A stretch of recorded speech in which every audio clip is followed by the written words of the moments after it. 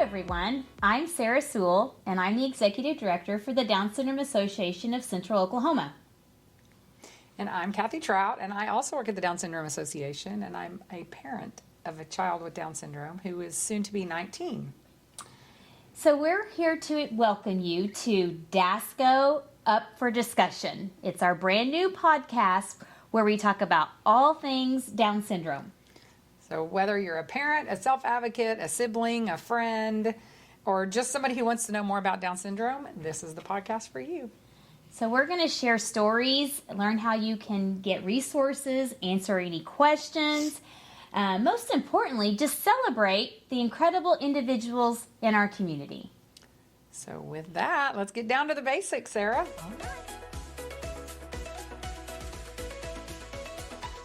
So for this first episode, we want to start with something very personal. It's our own journey, experiences of having a child with Down syndrome. We know that everyone's story is different, but if you're listening today as a new expected parent, we want you to know that you're not alone. So Kathy, we're going to start with you, and you tell us about the moment when you were expecting Addie. Okay, so I went to a regular your last trimester, you're going to visits more frequently.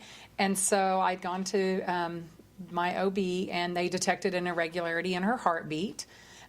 So they sent me back over to the specialist, and he gave me three options. He said that he thought there was something going on with her heart. They weren't for sure, but that I had three options. I could go home and wait for the baby to come naturally.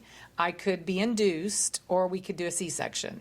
And Kevin and I talked about it, and we said we were ready to see this baby. And so we decided to have a C-section. So that day, went home, got all of our stuff, and went back to the hospital. She was born, and her APGAR score was a 9.5 when she was born. Everything was great until it wasn't. Right. And then all of a sudden, her breathing started. She started struggling with her breathing, and everybody was kind of talking and looking around like, is there something else? Is there something that we need to look at or something? Yeah. And so they told me they were going to run a test called a FISH test. And that's just a blood test to confirm whether a child does or does not have Down syndrome. Back then you have to wait at least 72 hours to find that out. So we did the test, and then they did know there was something going on with her heart. They weren't for sure what it was. So they sent her to the NICU. She was the biggest baby by far in the NICU. We were all so excited. Her hair was it looked a little bit reddish, but pretty blonde. And we were all just so excited. 3 days passed, and they came in and told us that she did, in fact, have Down syndrome. And it was devastating. I thought at the time it was devastating. We didn't know what to do. We were excited, but we were scared. Was Addie your first? She was my first. And we had tried forever to have a baby. I was 35 years old when I got pregnant. So you just wanted a baby. So as sad as I was at the time, I was so excited that we just had a baby. That's scared. Terrified. She had to stay in the NICU for 8 days. And so that was probably one of the worst days, was the day that I had to leave. We had to leave her in the NICU. Right. And we didn't get to take our baby home with us. So that was sad. But I knew from the very beginning that I just knew she was going to do great things. I knew that we were going to give her all the tools that we could find, and all the things that we knew what to do to give her the best life, no matter what that life was going to be like for her. So it was scary, and it was sad, and I don't know why I get upset when I tell the story, because I think the emotions are just still so raw. Right. Because it was just the unknown. It was more the unknown of anything. Went home. 8 days later, she got to come home. The worst part was 5 weeks after having her is she had open heart surgery because she did have an ASD, a VSD, and a PDA. Her heart was not developed fully. But after that, she's been a ball of fire ever Talk a little since. bit about the heart surgery, because did she have to stay in the hospital very long for her heart surgery? No, that was shocking. We went to have the surgery 5 weeks after she was born, and then she literally, I think one or 2 or 3 days after open heart surgery, they were wanting us to move to another floor, and Kevin and I are looking at each other like, is she ready to go? I mean, she has stitches down her sternum, and that was scary. But kids are so resilient. They are. And especially our kids. And so we moved down to the floor below the PICU, and then the very next day we went home. And that was scary because you couldn't lift her arms up. There were, they set some parameters on what we could and couldn't do. But she was smiling and happy and just your typical eating. Everything was great. We stayed in the hospital less time for her open heart surgery than she did when she was first born. So that's kind of my story. So anyway, how about yours, Sarah? Well, mine's a little different. Of course, everybody's is. Kirsten was my second baby because I have a daughter who is 3 years older than Kirsten. And I had no trouble getting pregnant. I was in my early 30s and had a great pregnancy, no issues. I had one ultrasound that didn't show any markers for anything. They just checked for the growth of the baby and to make sure she had 4 chambers in her heart, and I'll get to that in a minute. And really, I was supposed to have a healthy baby. Went in and I was starting to have contractions on July the 7th in the evening time. And I went home that evening, picked up Addie, and I just knew I was in labor. So she was about 2 weeks early, which is not considered preterm at all. I was supposed to have a baby shower the day I had her. So all my friends had gathered and we were supposed to have this baby shower on Saturday, but instead we had a baby. Yeah. So I started having contractions in the middle of the night, of course, called the hospital, and they wanted to make sure they had a room. I went into triage, and of course I was advancing.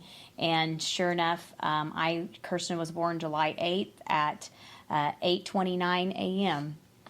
And out popped this plump little baby with fat cheeks, and she had an APGAR score of over 9 as well. And really, at the beginning, everybody kind of looked at her funny, but nobody said anything. But one of the things looking back that was very telling was they took Kirsten away for about an hour, and I didn't really realize how long the time had lapsed until I was like, where's my baby? And I looked at my husband and I said, can you go find her? And of course they were just cleaning her up, but I think what they had been doing was doing all the tests to see if she did have some type of disability. At that time, the pediatrician came in and said, well, we see some markers for Down syndrome, but we're not sure. And he offered to do the karyotype test and not the FISH test. About that time, my doctor came in because my doctor did not deliver her. He was not on call that day. And he wanted to do the FISH test. And I think, they're both looking out for different people. My doctor was looking out for my mental health and care. And, the pediatrician was wanting to know, does she have Down syndrome and what type? So the karyotype test takes 10 days because they have to map out all the chromosomes. So we didn't know until 10 days after she was born. And of course, she has trisomy 21. But I remember those days in the hospital, just thinking back to, what was she going to be like? Like I had all the questions. Will she get married? Will she live on her own? Immediately thinking, and then just trying to look at all the markers. Does she have the slanted eyes? And comparing her baby pictures to Addie. And so I think that really struck hard. Of course, I got the news of her diagnosis at 5:30 p.m., because doctors always deliver news after 5. That's always been the saying. And of course, he was really gentle in his delivery. He said she does have trisomy 21, and I just said, okay, what's next? And immediately he said she needs to have her heart checked. We need to make sure everything's good there. So they had already set up a sonogram for her the next day. So we went to the hospital, and she had an echo, and of course they did detect that she had a hole in her heart. She had an ASD and a VSD. She basically didn't have a septum, and then she had a PDA valve that was not going to probably close. So it was next day we go and have that ultrasound to check her heart, and they see something. And then the following day we were in the cardiologist's office, and he has this picture of her heart, and he's drawing all the things of how the blood flows. And I'll never forget, he said, and I quote, in order for her to have continuous quality of life, we have to have open heart surgery.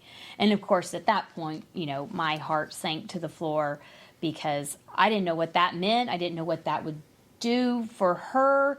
It was just really scary, that unknownness. And then, I was a working mom. How am I going to work and take care of this new baby? At that point, Down syndrome went to the back burner because I was more concerned about her health. But at the same time, I was trying to process it all and learn about Down syndrome. And of course, within a couple of weeks after I had processed everything and got the diagnosis, I did reach out to the Down Syndrome Association for some help and support. And that's where I met my family mentor, and she brought me a bag. So that kind of eased it all. But I will say, like you said, it's that fear of the unknown and just not knowing, what's your child going to be like? What are they going to do? But yet you have this beautiful, darling little baby just cooing back at you and smiling and really reassuring that, everything's going to be okay. And it has been. But for the most part, it's also been a long journey of advocacy, and I'm sure you know. Yeah. I wasn't I don't know that I wasn't ready to call the Down Syndrome Association, but I felt like I had this. I felt like I could do this. Yeah. I didn't need help. This is my baby, and I can handle this. And although I still sort of feel that way to this day, it is my baby, and I want to do what I need to do for her. But I just feel like the Down Syndrome Association has brought like a community that I never thought I needed or wanted or they've brought support. They've brought, just so many resources. Mm-hmm. When I started working here 4 years ago, I really struggled with, do I want to live it and work it? That was a big question for me. And I'm so thankful I chose to come here because just the resources that I thought I knew that I didn't know has been immeasurable. I can't even, just being here and hearing all the things that are available to our kids now that when our kids were born, they weren't available, so I'm so thankful. When I got my first packet, it was apply for Social Security, apply for this waiver, which I didn't know anything about, but you're not going to get it for 18 years, Sarah. And then it was make sure you get signed up with Sooner Start. And those were the 3 things. So I think at that point it was just trying to take care of Kirsten's health that I was most concerned about. And then I gradually learned, okay, these were common health conditions related to Down syndrome. But at the same time, I don't know, the Down syndrome part, it just became, like I said, the back burner. I think what was really hard was that open heart surgery, like you said. Oh, yeah, that was probably our worst day. Yeah, when we had to hand her off to go to that surgery, that was horrible. I told the nurse. Yeah. I handed Kirsten to her and said, you better bring her back to me. Yeah. She was like, I promise we will. I was like, you can't make that promise, but I understand. But I know, I held her all night long because I just wanted her close to me, and then, knowing her little chest cavity wasn't going to be the same again, really kind of broke my heart. And Kirsten she had pulmonary hypertension after heart surgery, so she was a really sick baby. Oh. And so we didn't come home like Addie did. We were in the PICU for a month, and she was on the ventilator for 25 days. So that's not, common. Yeah. But she pulled through. Like you said, they're resilient. She just had a hard time with breathing after she came off the ventilator on her own and learning all of that all over again. So that was really hard. She did code 3 times while we were there. And, that was really, really scary. And, that's kind of one of the things when we meet new parents and they tell us, your baby's going to have heart surgery, and you and I've been through it, right? But it's still something you can't prepare anybody for. No. Do you think? No.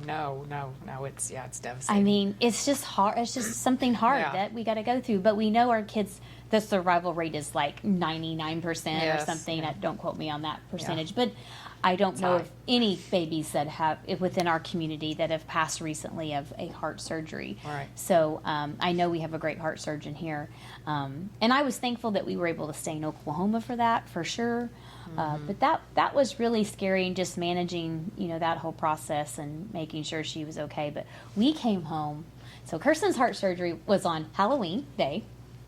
And then she came home on Thanksgiving Day. Oh, gosh. So I guess you could say she's kind of the holiday baby. She has big things happening on holidays, and she does like to celebrate them. So it's been fun watching her grow, but I'm glad her little heart's mended now. Yeah. So if you were to look back, is there anything you would tell yourself different, like the Sarah now, today? Is there anything you would say to that young Sarah that's having a baby with a disability? I think don't be so scared and ask a lot of questions. Yeah. Because now I ask everything. And I think then I just was too timid to ask because I was so worried and so focused on her that I couldn't even think of the questions. I was still kind of down in the trenches, and I couldn't really process or think what was next. Sarah, today, I've got a notebook and everything written out, and I've got questions prepped before we even go to the doctor. And that's all because of just experience and, going along this journey for the last 18 years. But I think, and just saying, this is going to be okay. Yeah. And I know every one of our mentors tell us that. Yeah. But it is. So I think my biggest takeaway would be you listen to what others have to say and listen to their guidance. But you're still in charge of your own kid. And so you do what's best for your kid. You don't, I respect and value everybody's opinion that I get. But I still know each one of our kids are so different than the other. And so I think it's important to do what you know is best for your kid. And it's going to be okay. It's not, our lives are so much better with her. Sure. Oh, sure. Well, and I think just to piggyback on what you said, I led with my gut. Whatever my mom gut was telling me, I was always leading with that and answering those questions there. But I was pretty timid and not outspoken, that stage in my life. And now I ask a lot of questions. I stand up a lot more. I let my voice be heard, kind of like our kids say, let our voices be heard. Yes. Because they should and they can and all the things. But you're right, though. Kirsten definitely makes us see things through a different lens and a different perspective. And our heart surgery situation was pretty terrifying because we didn't have a great care team. One of the nurses there was pretty rude and obnoxious with my family, and that made the healing process and the process a lot harder. And had I known the resources there at the hospital then, I would have definitely used them. But you don't know what you don't know, right? And that's kind of what you go with. And but she's quite something, as you know. They both are. So it's not just about parents. Our goal of this podcast is to reach educators, healthcare professionals, siblings, friends, anyone who wants to understand better and what it means to have a person in their life with Down syndrome. This is just the beginning, and we have so many important conversations ahead, and topics like early intervention, inclusive education, healthy advocacy, and real life stories from some of our self-advocates. But we want to hear from you. So if you have questions, ideas, topics, we'd love to hear. We'd love for you to discuss and reach out. You can email us at info@dsaco.org or visit our website at dsaco.org. And please don't forget to subscribe so that you never miss one of our famous episodes that we've started. And if you found this episode helpful, share it with a friend or a family member, somebody you know that might be expecting a loved one with Down syndrome, to help us spread the awareness and just be stronger within our community. Thanks for joining us for our first episode of DSACO Up for Discussion. Yeah, and we can't wait to continue our journey with you. And remember, every step forward is a step toward a more inclusive world. Thanks for joining us. Bye. Bye.